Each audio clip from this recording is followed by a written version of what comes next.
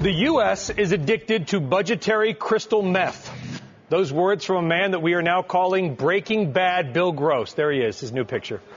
He outlined America's severe spending addiction in his latest investment outlook, and he's got some eye-popping stats on how much debt we may really have. And he joins us now in a first on CNBC interview. All right, enough of the pop culture references, Bill. Let's get down to it, because I had to do all I could not to drink heavily before this show. When I saw that you had noted the 60 trillion number in your latest investment, does America really owe $60 trillion? Well, we do in terms of our stated current entitlements. I mean, the entitlements for Medicare, Medicaid, and Social Security on a present value basis, Brian, when you tack it onto the $15 trillion that we owe in bonds, it basically produces a total debt. Yes, a debt to foreign countries, but a debt to our own citizens, expressed in terms of bonds and bills, of $60 trillion. That's 500% of GDP. Those are numbers which more than rival Greece and other egregious countries that are rated junk or below.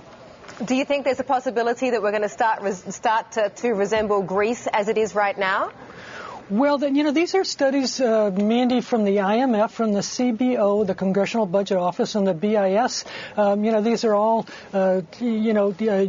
studies in unison, which basically say, and this isn't PIMCO's, opinion, but it's their opinion, that basically says that a fiscal gap of 8, 9, 10%, actually it's an 11% average, which is $1.5 trillion a year. These are their numbers. They basically say that unless we start to reduce these numbers, that yes, we can be downgraded, that yes, ultimately inflation and a lower dollar, and ultimately, as I mentioned, bonds being burned to a crisp and stocks being singed, all as a result, basically of too much debt relative to GDP and an inability or an unwillingness to alleviate the condition. But the road of which the can be kicked down, Bill, is long, as we are finding out. Debt's going up, and the appetite for U.S. Treasuries seems to be growing as well. A lot of that from our own Fed, of course.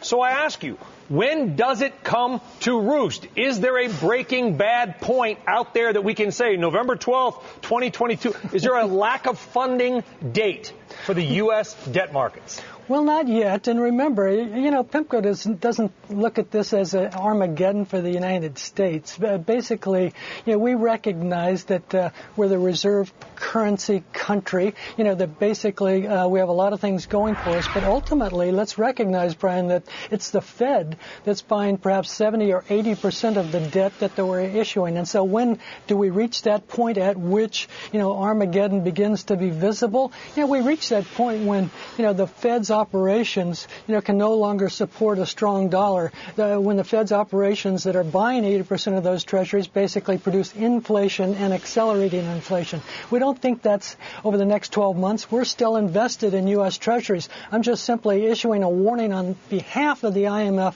the CBO, and the BIS, that things have to change. Indeed. Talking of treasuries, I saw some stats today to say that your bond fund lured $2.8 billion in new cash in September. Through September, year to date, over $12 billion. Some money there, obviously coming out of equities, probably going into bonds. What would you advise people to do with those pretty dire forecasts out there? Is this something that we can essentially say, well, that's a chicken that's going to roost in a long time, I shouldn't really worry about it right now? Or do we need to start investing with that in mind today? We do, and these estimates from the CBO, the BIS, the IMF basically say that if we wait for another 12 months, as we've waited for the past 12 months and the past 24 months, that basically our fiscal gap increases by 0.5% a year. In other words, a currently estimated 11% or $1.5 trillion gap becomes 11.5% and then 12, and then ultimately it's something that we can't get out of if, in fact, we can get out of it now, Mandy. So we've got to begin now. What does an investor do? PIMCO is still buying treasuries because they, represent value and they represent, the safety in this period of stress. But ultimately, what you want to do as an investor is you don't want to fight the central banks. You want to buy what they buy before they buy it. And that's basically the mortgage market today in terms of what PIMCO's buying. And it's also, beginning to look like Italy in terms of what the ECB might be buying, 4 or 6 weeks down the road. Billionaire Sam Zell was on Squawk Box this morning. I think you saw it because you tweeted about it, but I want to play a soundbite from that interview about recession, and you comment on it. Here's what Sam Zell had to say this morning on CNBC. We run a company that does a lot of corporate enterprise installations. And, one of their triggers is when the enterprise projects start getting delayed, we're heading for a recession. And that's exactly what you're looking at right now. You're looking at capital expenditures across the board being deferred. And they're being deferred for a very good reason. They have no confidence. All right, so Zell said that. I know you also tweeted about it, and we'll probably show our viewers what you said in your tweet, Bill. But your response, did you agree? Are we headed toward recession? Well, I don't think we're headed towards a recession. We're at 1% to 2% growth, and we'll probably stay there. We have, of course, the Fed buying mortgages and treasuries at a $80 billion clip, per month, and so that helps support the markets. What Mr. Zell also said is he said that he thought it was fixable. He said, let's get back to business. He said, let's unleash animal spirits. Well, I think he's disregarding the structural elements of slower growth that we forecasted, 2 to 3 years ago in terms of our new normal. We have an anorexic consumer.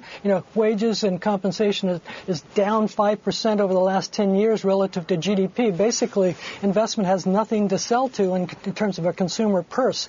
We also have a very demographic situation in which the consumer, the baby boomer is getting older. They don't buy as much. And so, a lot of problems here in addition to debt, which, prohibit, 3 to 4% growth, which is what we're used to over the past 5 to 10 years. It's a new normal. I'm sitting here listening to you, Bill, and I feel like you're a doctor there delivering the bad news, and you're telling me exactly what my symptoms are, but I want the cure. What would you do right now to fix all of those symptoms you just listed? Well, the cure from our standpoint is a structural cure. You can't necessarily cure it with easy money, which is what the Fed is trying to do. You can't necessarily cure it with draconian, fiscal measures, which eliminate a deficit in a short period of time. What you need to do is, gradually, year by year, reduce that deficit, gradually reduce the Fed's hold in terms of its stranglehold on the financial markets and raise interest rates over time. And in addition, you need to, focus, from a fiscal standpoint on structural financing and structural investment that, this country sorely lacks. Does anyone have the will, or the political will, to be able to make those tough decisions right now? Well, we're going to find out, Mandy. We'll hear a little bit on Wednesday in terms of the debates, but I suspect not. The political will is divided. The political will basically is for their own team as opposed to the other team, and not necessarily for the United States. And so we're a little dour, I guess, in terms of the ultimate prospects. Does it matter who wins the presidency for the markets?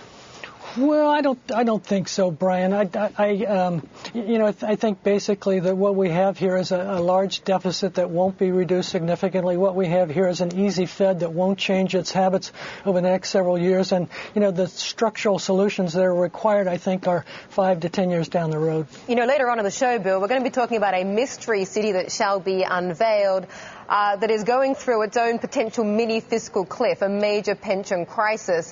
What do you think about the increasing muni pension crises that we have here in the country and what it means for municipal bonds? Well, I think there are situations in municipal space. There are situations in terms of pension space. There are situations in terms of Social Security where, they are desperately underfunded. What has happened is that interest rates have come down so significantly and so quickly that all of these pension funds basically have not been able to immunize their portfolios. And so their liabilities have increased as rates have come down. They haven't basically invested long term in terms of the bond market or even in stocks. And, they're 20, 30, 40% underwater. These are problems much like student loans that, will take a long time to eliminate.